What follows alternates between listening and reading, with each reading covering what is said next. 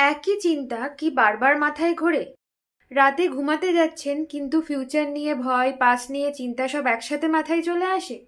এই যে একই চিন্তা বারবার আসা বা ওভার থিঙ্কিং, এটা কেন হয়? প্রথমত, অ্যামিগডালার বেশি অ্যাক্টিভনেস। এর কারণে ছোট ছোট জিনিসও বড় থ্রেট হিসেবে মনে হয়। দ্বিতীয়ত, প্রিফ্রন্টাল কর্টেক্সের ওভার অ্যানালিসিস।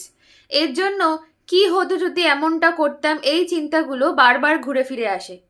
তৃতীয়ত, স্ট্রেস হরমোন বা কর্টিজল বেশি থাকার কারণে ব্রেন রিল্যাক্স হতেই পারে না।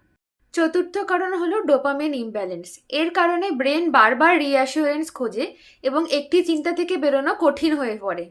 এছাড়া ঘুম কম এবং অতিরিক্ত স্ক্রিন টাইমের জন্য থট লুপ বাড়ে। এর থেকে মুক্তি পেতে আমরা কিছু গ্রাউন্ডিং টেকনিক্স অবলম্বন করতে পারি।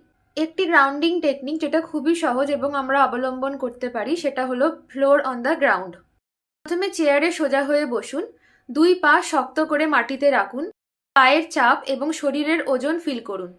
আরেকটি গ্রাউন্ডিং টেকনিক যেটা আমরা অবলম্বন করতে পারি সেটা হলো অবজেক্ট ফোকাস টেকনিক।